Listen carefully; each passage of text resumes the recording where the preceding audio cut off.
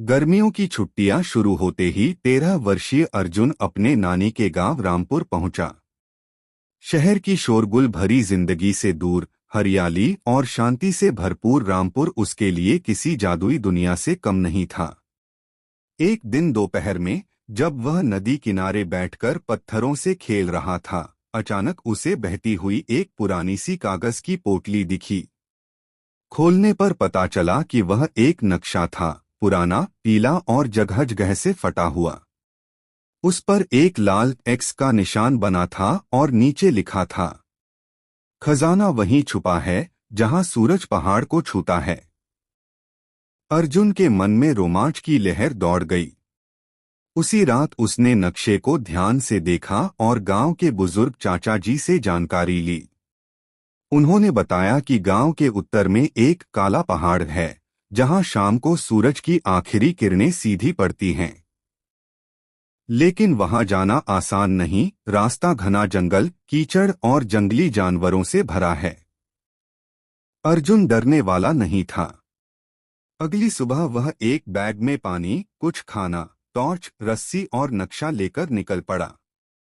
रास्ते में उसे कई मुश्किलों का सामना करना पड़ा। एक जगह कीचड़ में फंस गया, तो कहीं जंगली बंदरों ने उसका बैग छीनने की कोशिश की।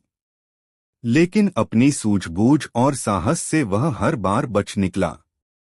जंगल पार करते ही वह एक गुफानुमा रास्ते पर पहुंचा, जो सीधे काला पहाड़ की ओर जा रहा था।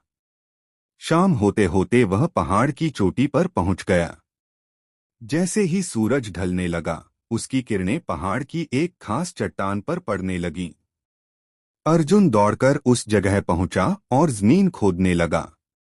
कुछ ही देर में उसे एक लोहे का बड़ा संदूक मिला। संदूक को खोलते ही उसकी आंखें चमक उठीं।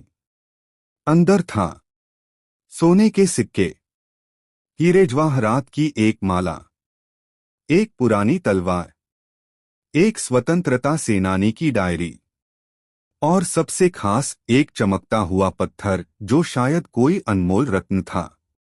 डायरी में लिखा था कि यह खजाना उसके परदादा ने छुपाया था, जो अंग्रेजों से लड़ते हुए शहीद हुए थे। यह खजाना आजादी के बाद आने वाली पीढ़ियों के लिए एक प्रेरणा था।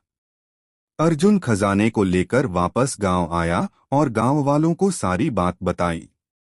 सभी बहुत खुश हुए और उस खजाने को गांव के संग्रहालय में रखवाया गया। अर्जुन की बहादुरी और सूझबूझ की सराहना हुई और उसकी गर्मियों की छुट्टियां बन गईं एक अद्भुत साहसिक कहानी।